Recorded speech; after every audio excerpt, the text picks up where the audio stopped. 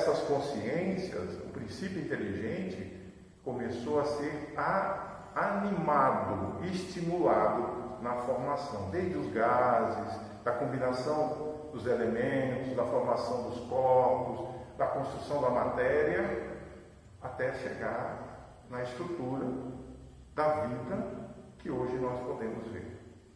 E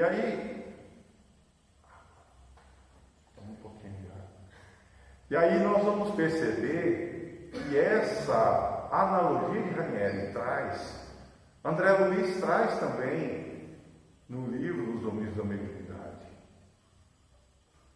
falando sobre a formação do corpo, o estímulo que a matéria sofre a partir do momento da concepção, em que o perispírito, nós vamos falar sobre ele daqui a pouco, começa a criar os estímulos, os primeiros laços estimuladores de concentração, de multiplicação celular, imprimindo ali, nessa estrutura física, o que futuramente dará vida ou será constituído o corpo físico. E é particular. Existe uma situação em que nós, ao estudarmos alguns autores, e principalmente quando começamos a entender um pouco sobre Hernani Guimarães, Dr. Jorge Andréa, na sua literatura, fala sobre campo vibratório, campo energético, o campo sutil que nos envolve. E hoje nós estamos num momento em que a própria ciência, através da medicina, já estuda esses elementos que são estimulantes, que fogem ao raciocínio ou ao entendimento do que antigamente era considerado como um processo de geração espontânea. E os cientistas começam a buscar esse tipo de percepção porque é algo que está aquém daquilo que a compreensão humana permite. Tem algo a mais. Aí nós temos Bruce Lipton com o livro A Biologia da Crença, onde através da epigenética ele estuda qual é a ação da nossa matéria mental sobre as nossas células, que interagem e agem na sua reestruturação. E aí nós temos outros autores que fazem esse mesmo processo, como Patrick Drouot, que é materialista, que ele não acredita em Deus, e que escreveu exatamente um livro sobre reencarnação. Durante 10 anos, ele passou pesquisando elementos e informações sobre as ações reencarnatórias, os traços que trazemos do nosso processo reencarnatório.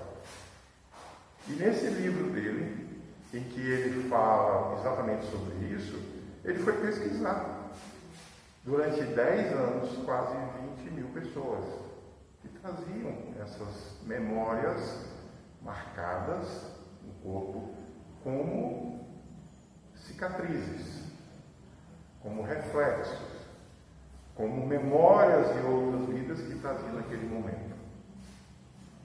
E aí nós vamos ver que Kardec tem essa preocupação de nos mostrar que isso não é algo novo, que todo o nosso preâmbulo de existência sempre existiu. A partir do momento que o primeiro ser reencarna, ele já está sob um campo de influência, porque a sua própria evolução física é parte de um projeto que está aquém dele. Será que eu fico pensando no meu obsessor, coitado, para poder estar, né? Ele tenta escapar, mas aí a gente não deixa. Será que eu, literalmente, foi somente a minha percepção que construiu e constituiu o que hoje aqui eu me encontro reencarnado? Aí nós vamos ver que no livro dos Mensageiros e também no Nosso Lar, no livro do Nosso Lar, o processo do planejamento reencarnatório, que estabelece ali o mapa reencarnatório, nas quais nós temos a nossa programação. E quem interage nesse sentido? Aonde está? Alguém aqui reencarnou um manualzinho, um livrinho de bolso, um manual de vida? Olha, Antônio, eu sempre gosto de pegar um para a gente poder fazer né? Hoje vai ser o Antônio. Será que o Antônio, quando reencarnou, trouxe ali uma fichinha no bolso, um pendrive, um chip, né? Esses que você coloca em alguma coisa e que traz ali e fala, olha, eu vou ter que fazer isso aqui eu não posso mais. E aí é que nós vamos ver aonde existe a misericórdia divina, que nos permite a capacidade de esquecimento. E aí nós trazemos nesse momento atual aquilo que nos é necessário, como vimos na leitura de abertura. Todos nós, nos dois planos da vida, ao reencarnarmos, trazemos o que é necessário para o nosso processo de cura. E aí onde fica essa questão? Onde está essa questão da mediunidade? Como isso se estabelece ou como isso acontece? E aí quando nós vemos que no Livro dos Espíritos, ele fala isso que, na maioria das vezes, são eles que nos dirigem, aí nós vamos perceber que existe uma imensidão de possibilidades e probabilidades. O meu primeiro livro espírita que eu li, eu tinha 10 anos, foi O Nosso Lar. Por conta de diversas situações, e ele fez todo sentido para mim, por conta da mediunidade. Então aquilo que ele relatava ali era um livrinho de capa azul, né? Aquelas capas que eram desenhadas, né? Então era um livro de capa azul, tinha uma escada assim, um portal, era mais ou menos assim o livro. Eu lembro que eu devorei esse livro rapidamente, depois eu consegui ler outro. O Livro dos Espíritos eu não conseguia ler. Não tinha aquele processo. E aquilo fiquei maturando durante algum tempo essa questão do que trazia ali. Porque uma coisa é você ler e outra coisa é você estar em contato direto, na ação direta com os espíritos. Então, era uma coisa muito comum, porque eu já nasci numa família que era espírita e se falava de espírito e espiritualidade o tempo todo. Então parecia que era normal, como estão aqui todos sentados, né? Outros em pé aqui e tal. Parecia que era normal. Mas, quando as coisas começaram a apertar, foi que eu fui descobrir, já por 12 para 13 anos, que não era algo tão comum.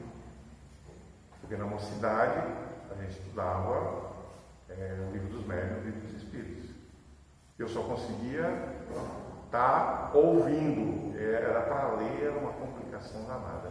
Então, nesse processo todo, à medida que a gente vai assimilando, como a gente viu ali, nós somos convocados, nós vamos sendo empurrados. Não tem como. Por mais que a gente queira dizer assim, isso é uma coisa que não me atrai. É uma coisa que para mim não tem interesse agora. Mas chega um momento que precisamos acordar. E aí nós vamos ver que Kardec traz nesse processo que a questão da mediunidade, que ela é muito presente, e quando se fala isso, muitas pessoas às vezes têm um certo, né? Porque há um grande desvio, e eu não colocaria talvez a palavra desvio, mas é uma desinformação, em que as pessoas chegam, às vezes estão passando por processos que podem ser físicos ou espirituais, E aí já classificam tudo de uma maneira só. Não, você é médium, você não é médium, tem que desenvolver, senão você não vai, você vai piorar. Se você não fizer, você vai se tornar. Não funciona assim. Não é bem assim. Existem algumas particularidades que nós vamos entender. E é por isso que Kardec, nessa questão 187 do livro dos médiuns, ele coloca duas categorias de médiuns, onde a gente vai entender esse processo. O que é esse autoconhecer? Por que é tão difícil a reforma íntima? Por que é tão difícil essa mudança de conduta que muitas vezes nós somos desafiados a ela? Porque a gente não quer abrir mão.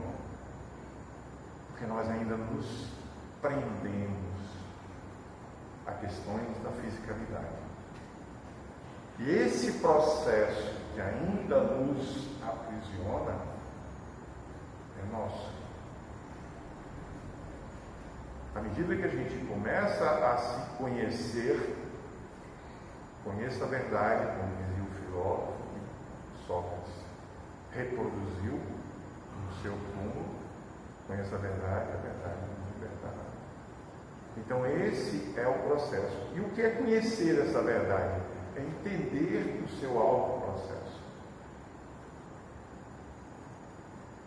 Quando Kardec teve a preocupação, isso é importante porque o estudo da doutrina, mas eu não quero ser médium, tudo bem, mas conhecer sobre a espiritualidade é algo que nós vivemos isso continuamente.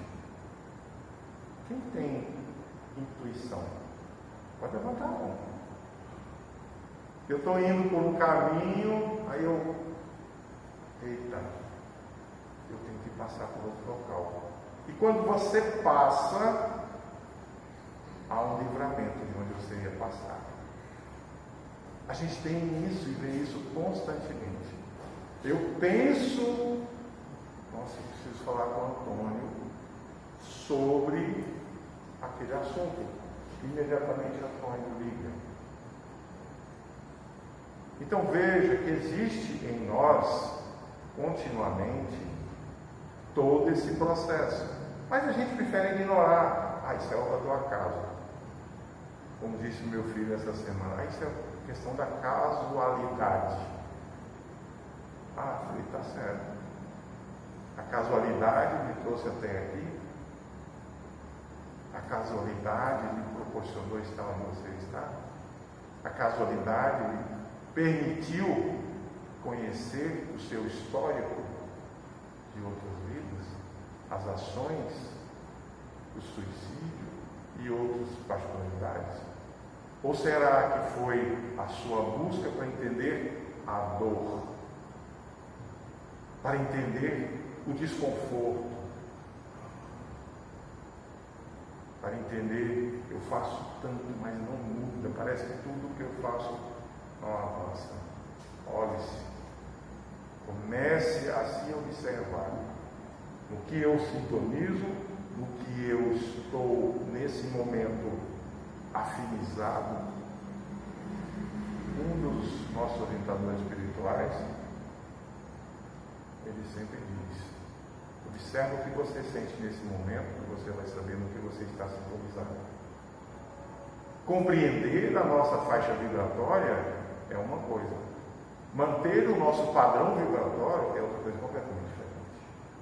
E esse é o nosso desafio, porque a nossa faixa vibratória, ela vai acontecer isso continuamente. O que eu faço para manter uma postura elevada acima dessa linha divisora é o que é o desafio. E aí eu venho pela rua e não estou afim de ouvir o que ele vai ter para me contar. Meu Deus do céu, eu vou ter que fazer o vídeo do mercador, mas não tem como eu fugir, ele já me viu. Então, veja que o nosso momento, a todo instante, nós somos desafiados a nos policiar. Lembra que Jesus está lá no livro de Lucas? Orai e vigiai. Por que quando as pessoas vêm à casa espírita em busca de uma assistência, de uma orientação, que passam pelo atendimento fraterno, qual é a orientação que é dada? Vigilância, mudar seus pensamentos, vigiar seus pensamentos, mudança de atitude, o evangelho no lar, perdoar, se auto-perdoar. Então veja que são prerrogativas de mudança. E o que eu faço com isso? 15% das ações de Jesus nos evangelhos foi de cura. Se nós pegarmos cada momento do evangelho e observarmos que sempre há, naquele momento, uma ação de cura,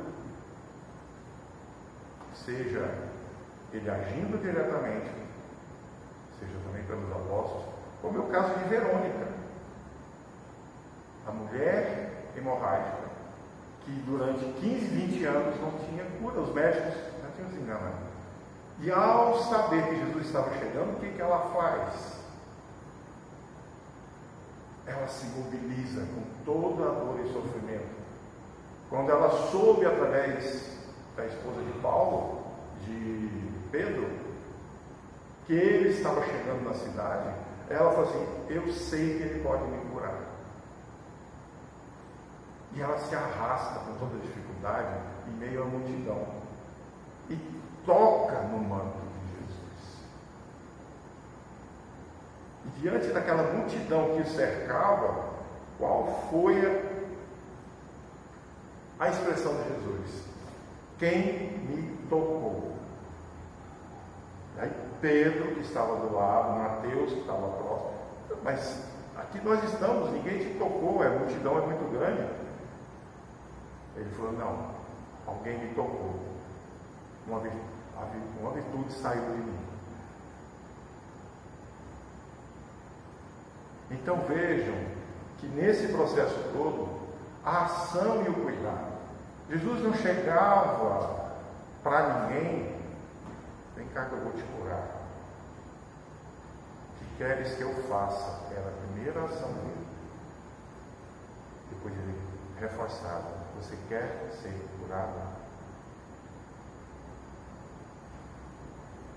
Então, quando Kardec classifica que existem duas grandes categorias de médiuns de efeitos físicos e de médiuns de efeitos intelectuais. Aí nós vamos entender que nesse contexto todo, os médiuns de efeitos intelectuais são aqueles que aptos a receber, a transmitir as comunicações de todas as maneiras. A grande maioria é o que acontece: a intuição, psicografia, psicofonia, a pictografia, e assim nós temos diversos tipos de mediunidades, e até outras que a gente não conhece, outras que pouco se fala, como a psicometria e outras mais, que são específicas, raras, em que conseguem. Mas aí nós vamos falar sobre os médiuns de efeitos físicos, que são aqueles que têm o poder de provocar efeitos materiais ou manifestações ostensivas, como relata e descreve no livro dos médiuns. Aí nós vamos ver que essa questão dos médiuns curadores se classificam, se enquadram na categoria de médiuns de efeitos físicos. E aí, quando a gente fala sobre esses médiuns curadores, conforme a questão 175 do livro dos médiuns, ele diz o seguinte: eu extraí alguns pontos para a gente poder estar aqui falando, que para falar sobre os médiuns curadores é preciso de muito mais profundidade diante do momento. Então ele traça lá algumas considerações, mas nós vamos ver que alguns desses dessas informações, ou desse conhecimento, como o próprio Ranieri trouxe depois num livro que chama Materializações Luminosas. Ranieri, para quem não sabe, ele era um delegado. E aí, ele foi investigar uma situação que estava acontecendo na cidade. Que tinha lá um médium fazendo cura, cirurgia. Ele falou, isso está errado, isso aí é charlatanismo. E tudo isso começou por aí. E aí o processo todo que ele foi visualizar, o médium entrava numa câmara, e aí a pessoa ficava deitada no local e ali tinha a ação dos espíritos. Ou o médium ficava próximo e acontecia. E aí traziam-se os recipientes, onde parte do que estava sendo curado com a cirurgia era extraído da pessoa, colocado dentro do recipiente e lacrado. Só que não tinha corte. Tinha o sangue, tinha um pedaço do fígado, tinha um pedaço colocado dentro de um pote de vidro, e a pessoa não tinha corte e sentia a dor por dentro.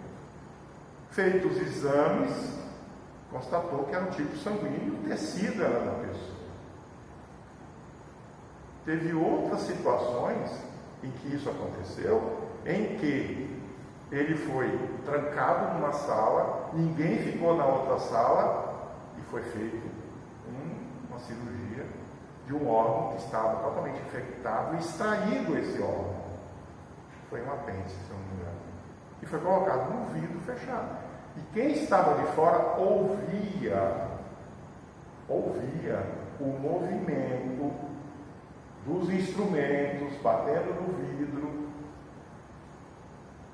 só que não tinha ninguém. Essas situações, ao longo dos anos, eu comecei a participar da reunião mediúnica, eu tinha 13 anos. E foi por uma questão de que, uma orientação que veio do Dr. Bezerra, porque eu estava paralisado na cama, e ele disse, se ele não puder ir para trabalhar, ele vai desencarnar, pelo excesso de ectoplasma, por ser de uma mobilidade de efeito físico. O que acontece ao longo de todos esses 50 anos, em que essa situação narrada por Ranieri, eu pude presenciar em alguns momentos. Eu pude estar presente em reuniões de materialização, em reuniões de manipulação de medicamentos, em reuniões em que eram preparados medicamentos que eram distribuídos gratuitamente, medicações homeopáticas e medicações de outros tipos, para tratamentos profundos, inclusive de doenças que até então não se tinha um tratamento muito específico. Então, quando ao longo desse processo todo, a gente começa a perceber e a entender que existe muito mais aquém do nosso campo de entendimento, do nosso campo de visão. Quem conhece a história de Eurípides Barçanufo, em que se deslocava, bideslocamento e outras situações mais, nós vemos que ainda estamos no preâmbulo do conhecimento da vida espiritual, dos recursos que chegam até todos nós. E aí nós vamos ver que ao longo desse processo todo, o homem foi gradualmente compreendendo, apesar de todos os obstáculos. Quem já conhece a história de José Arigó, então assim, nós tivemos 2 casos na minha família que foi por intervenção de José Arigó. Meu avô foi ex-combatente, já desencarnou, foi ex-combatente da Segunda Guerra, era sargento, e voltou, ferido de guerra, ferido na coluna, paralítico. E na época em que resolveram ir até a cidade, não me engano, era Congonha, Minas. E aí quando chegaram lá, quem foi tirado da fila foi meu pai, que acompanhou ele. Meu pai tinha pouco mais de 19 anos e foi operado no fígado. E meu avô foi na cadeira de roda e voltou andando, segurando meu pai, que tinha sido feito o corte.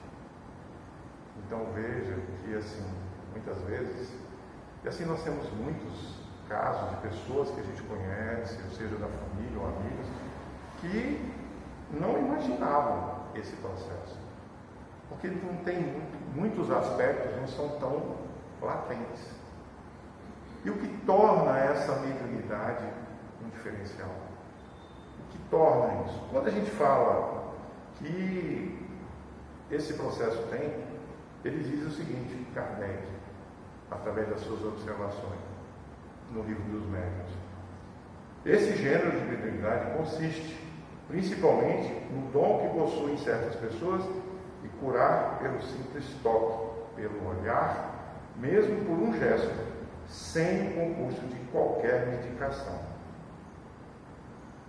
Dir-se-á, sem dúvida, isso mais não é do que magnetismo. Aí nós vamos entrar num outro aspecto que é importante. Todos os magnetizadores são mais ou menos aptos a curar, desde que saibam conduzir-se convenientemente. Ao passo que os médiuns curadores, a faculdade é espontânea, e alguns até possuem, sem jamais terem ouvido falar de magnetismo. Então veja, porque assim, aqui, bom, na nossa época de infância, quando a criança ficava sem dormir, começava a ter aqueles problemas de gripe, resfriado, levava aonde?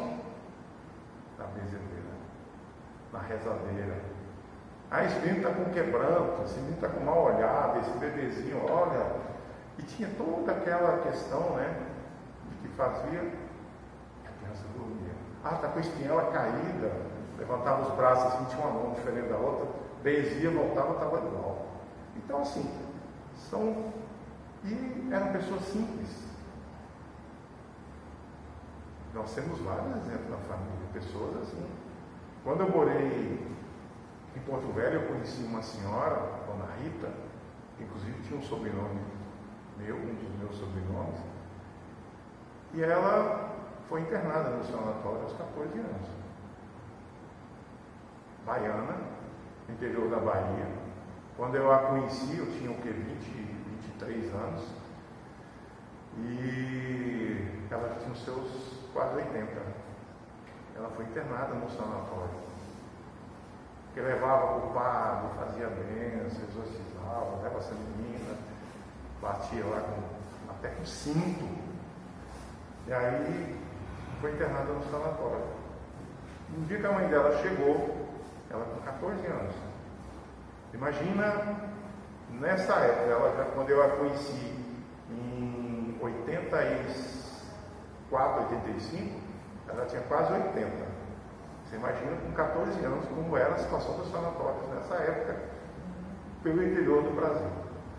E aí a mãe dela, quando viu aquilo, tirou ela. Quando chegou com ela, foi levar um pajé, era um índio que morava no interior, no meio da roça. Quando ela entrou com a menina, o índio ajoelhou na frente da garota. Falou assim, ela tem a missão dela. A sua missão como mãe é permitir que ela faça o que precisa fazer. E desde então, ela nunca parou de fazer o trabalho espiritual. Na casa dela, ela relata que até os 25 anos eles tiveram que mudar de cidade, porque as pessoas começaram a agredir. Porque tinha um momento na casa dela que ela dizia que Maria estava lá, e as pessoas iam lá para serem curadas. Não iam para fazer nada. Elas chegavam lá doentes e saíam curadas. E tinha um dia certo, tinha um local certo, onde tinha uma fonte de água que ela dava para as pessoas. Assim nós temos vários relatos no Brasil todo, em todos os locais do mundo. E aí eu pergunto, é uma exclusividade? É algo que só a doutrina espírita permite? Ou é um conhecimento, uma sabedoria que é parte da visão espiritual?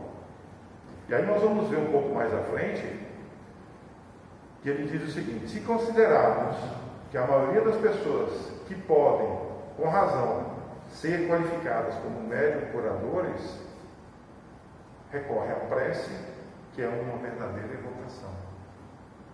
O que é a prece?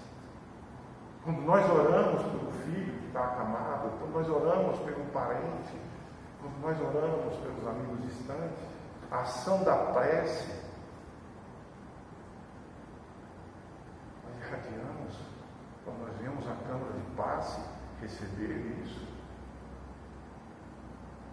Quando nós colocamos os nomes em vibração, a ação da espiritualidade. Será que a casa espírita, a função da casa espírita, que é uma escola de almas, um hospital espiritual, um pronto-socorro de assistência, é só nas quartas, nos sábados, na segunda? Ou ele é uma ação ativa, presente? Veio do princípio que nós queremos abrir uma casa espírita, ou existe um plano maior que rege tudo isso?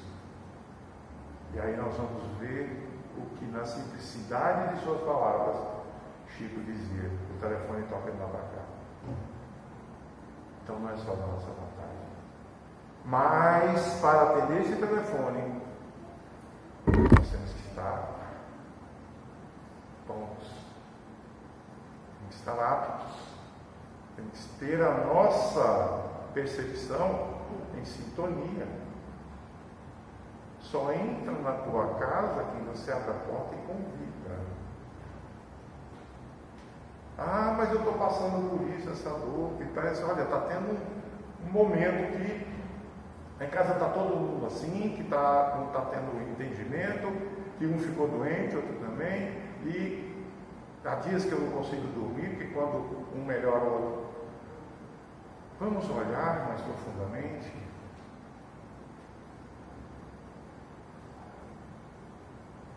Joana de Ângeles tem um livro que inclusive vai ser relançado agora em capa dura, edição especial. Ele é excepcional, chama Messe de Amor, que é sobre o Evangelho no lar, de mensagens, de orientações. É um livro excepcional porque ele traz um contexto de reflexão sobre o núcleo da família. Como tem um livro dela também que chama SOS Família, que é importantíssimo para que ele trata das nossas relações, dos nossos relacionamentos, do nosso entendimento. E aí nós voltamos a uma outra questão. No que eu estou sintonizado? Aí eu busco a casa espírita quando eu estou no meu momento crítico, e aí no momento que eu melhorei, eu já estou melhor, eu acho que não preciso. E aí nós vamos vendo que esses processos, eles começam em nós.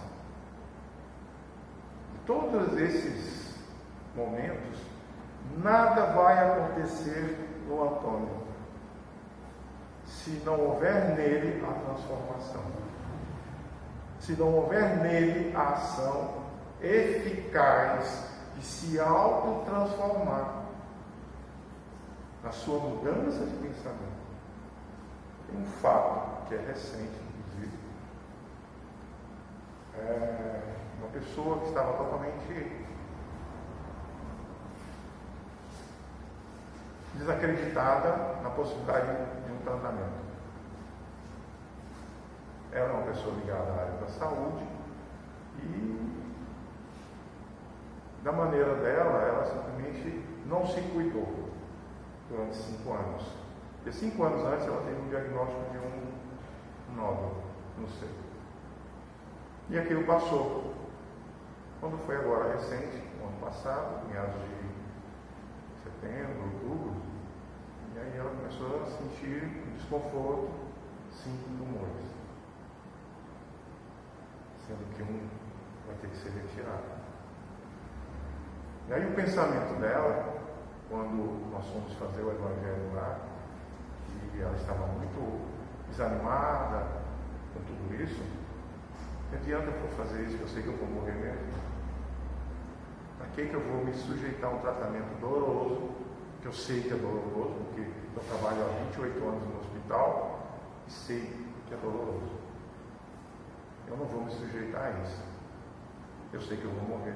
Também, preferível, eu posso até me matar.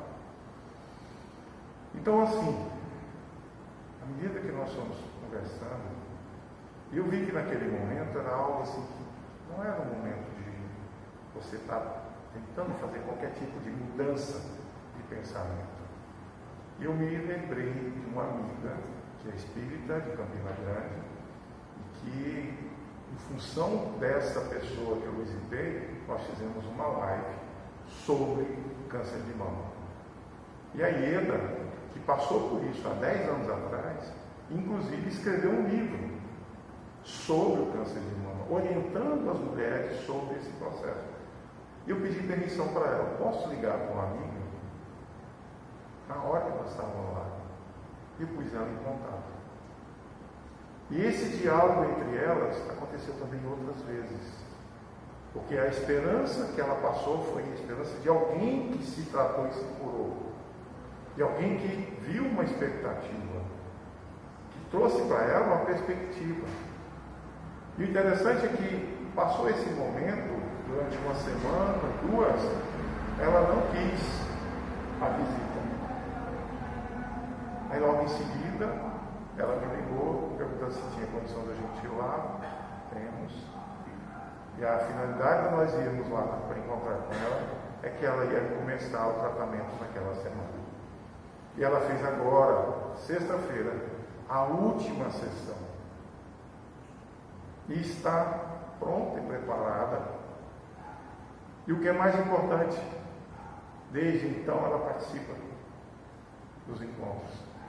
Nós temos um encontro que é feito à distância e ela participa. E os livros que ela está lendo, além do Evangelho que ela recebeu, o Livro dos Espíritos e Nosso Lar. Uma pessoa que não tinha qualquer perspectiva. E aí eu me lembro, e me faz trazer agora na memória, um fato muito similar de alguém que passou por um tratamento espiritual. E que era exatamente tumores, metástase, que passou por 4 sessões e foram retirados. E quando ela foi fazer os exames, não tinha nada. Mas, meses depois, apareceu. E aí, a informação que nos vem, através dos orientadores, foi que ela recebeu a cura. Mas aquilo que agora estava acontecendo era a oportunidade de mudança. De receber nela a cura que teve, para que ela pudesse mudar a maneira de agir, sabe? E era isso que acontece. Então, necessariamente, a dor é a mola que nos impulsiona no crescimento. Aí nós vemos isso continuamente em todos os instantes. Em toda a literatura que nós vemos, seja através de Chico Xavier, Divaldo, Raul Teixeira, em que mostra e demonstra muitos outros autores, Alberto Almeida, Haroldo Dutra, que tem muitos livros interessantes e bons para estudos e reflexões. E nós vamos ver João Nunes Maia e outros livros que vão nos dizer que esses aspectos que nos envolvem, que muitas vezes lançamos mão desses recursos, que chegam até nós, para aqueles que têm a fé, que é o elemento de cura, de autocura, que nos permite agir, interagir com esses fluidos e que vão sim interagir no nosso campo. Porque os médiuns, curadores, eles manipulam aquilo que chega até eles. Nossa! Mas também tem a parte deles, que é seu fluido, o ectoplasma, combinado com o fluido do ambiente, combinado com os fluidos emergentes da natureza, porque o ectoplasma, o fluido vital, todos os seres vivos têm.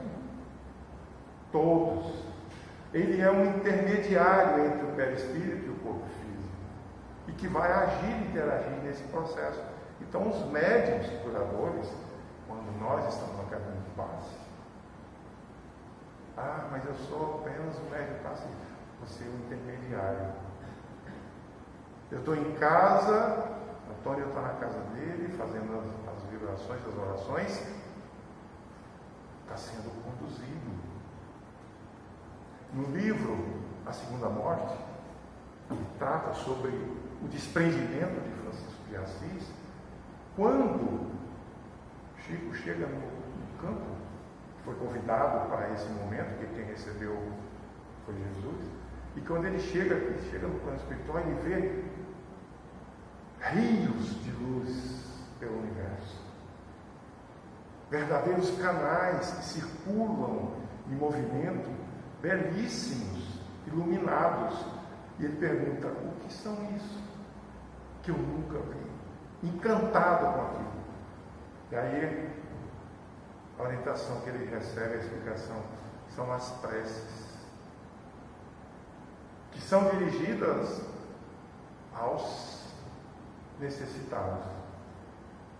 E aí Chico vê que as preces que nós fazemos não ficam só na nossa dimensão, ela também se expande. E é por isso que, ao adentrarmos daqui a pouco na cabina de paz, devemos estar preparados. O que eu estou buscando, a minha auto-transformação. Porque esses fluidos, combinados com o fluido do médium, combinado com o fluido do ambiente, combinado com o fluido espiritual, com o fluido cósmico, esses 5 fluidos combinados em si vão nos proporcionar o que nós estamos buscando. Lembrando, você é sua cura. Nada acontece se nós não estivermos receptivos a isso. Então, que Jesus nos inspire, abençoe a todos nós, que possamos continuar a ser merecedores da presença do Cristo em nossas vidas, nessa sintonia, que por mais que nós nos consideremos inaptos, distantes, Ele não nos abandona. Como Ele mesmo disse, está no livro de Mateus: nenhuma das minhas ovelhas se perderá. Que Jesus inspire a todos nós nesse momento, e antes que Walter me jogue para fora, boa noite a todos, que eu já estou em cima do minuto. Muita paz e luz a todos. Gratidão.